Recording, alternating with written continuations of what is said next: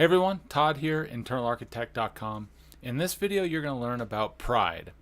And pride, the definition of pride is the consciousness of one's own dignity. Now, this is kind of what not to do video that I wanted to discuss, and or things to kind of be aware of. Now, it is okay to have pride in what you've done and what you've achieved in your life. And what I mean is, pride is in doses is a good thing to be proud of what you've done, right? It's when you start taking it to a much bigger level is where it can become a bit of a problem. You know, it's okay to be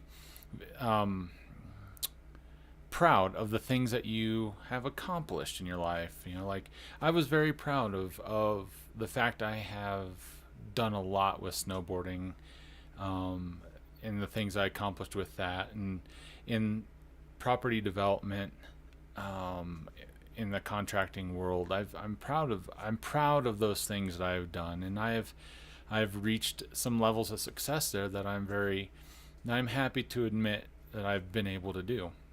Now, it's when an inordinate opinion of oneself through importance and superiority becomes a problem.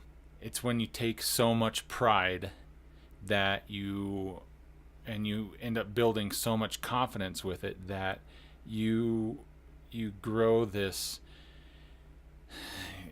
monster of that you are better than people, than anyone else. And by judging people, you inadvertently are comparing yourself to them. And that's where it gets really, really, really scary, because the judging side of it is what really starts to bring in a lot of the three don'ts that I talk about later, and it starts bringing a lot of selfishness. And by comparing yourself to these people that might be in the same field that you're doing, you are putting out there just a negative energy, and it's a dangerous and selfish stance, and it's a very fixed mindset that you are creating with this. It has nothing to do with that you are better than someone or not, right? And that's the mentality that really needs to be careful, or be watched upon, and acknowledge when it's kind of happening. Now, I know all too well, because I ended up a couple different times really feeling like I let pride really kind of dictate some things going on in my life that probably weren't very good. Snowboarding, for example, I was doing a lot of film work and photo work, and you know, snowboarding for me was the one activity, the one thing that really helped get me out of my shell, and just start to build some confidence. And it was the one place I felt most comfortable. And as I was getting more and more attention, I was getting more and more cocky, and I thought I was more important than other people, and then I started questioning, like when I would see magazines, well, why is this? I know I just shot some really awesome photos. How did this guy get in the magazine, and why didn't these photos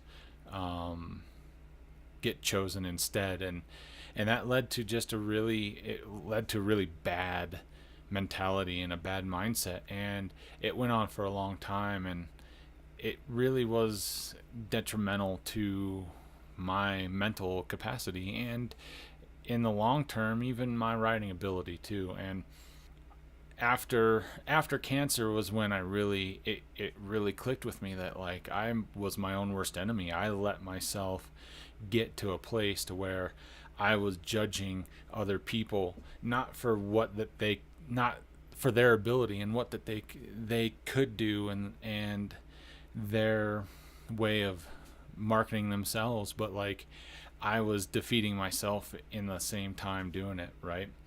And that was a really, really hard lesson, but it was something that finally came about as I was fighting cancer. And that was one of the things that I had to forgive myself, especially, that I allowed myself to get to that point. And I ended up letting pride really dictate a part of my life, that instead of really focusing on myself, I was focusing my energy on other people, and I was judging them, and they weren't at fault at all. It was all me. And by doing that, it really led to this inordinate opinion of myself that was really false, and unfortunately very damaging also. The second time it really happened, it was a similar type of mentality, where I was doing some contracting work, and I think a lot of this has to do with just getting being involved in the family business. And my dad and I were doing a lot of work together, and when the economy started to crash, there was less and less work going on, but I didn't understand why these other people were getting all this work, and a lot of it, and everyone else, like myself, there were some really good contractors that weren't even given an opportunity. And it turned out that, like, at the end of the day, I wasn't necessarily hustling hard enough, or I wasn't doing the work that needed to be done in order to get the work that I was working towards, and that I wanted to work towards. And especially during that time, and this was just before I was diagnosed also, so this was leading to stress and other things that probably contributed to my cancer overall. But I was still comparing myself and judging myself and judging others on their ability and their skill. And at the end of the day, that didn't really matter. What mattered was that I should have been putting in the work. I should have been doing things that were putting me above and beyond these other contractors, instead of complaining. And because of that mindset that I was in, that fixed mindset, it really led to some tough choices. But fortunately and unfortunately, cancer was the thing that really helped me grow as a person and understand why I failed at these things.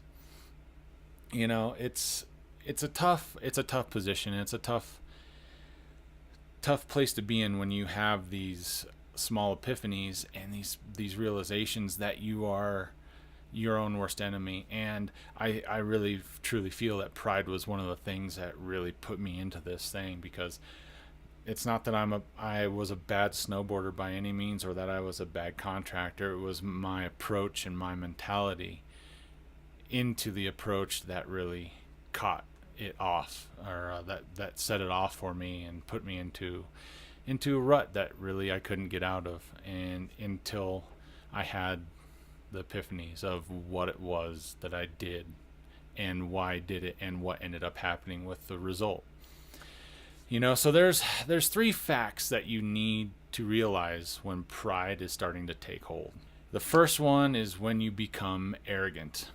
And that one kind of leads to the second one. But as you are becoming arrogant, you're like, yeah, I'm the best at this. I don't know why I need to why are we even competing together? Where at the end of the day, that's the whole point, is trying to compete of trying to make yourself better. But you need to do it in a healthy way. And being arrogant will just force you into such a dark hole that it can lead into a lot of other issues like depression, which can lead even further down the road into some other health stuff, right? And that leads into that know-it-all, number 2, that know-it-all attitude. And if you think you know it all, you don't.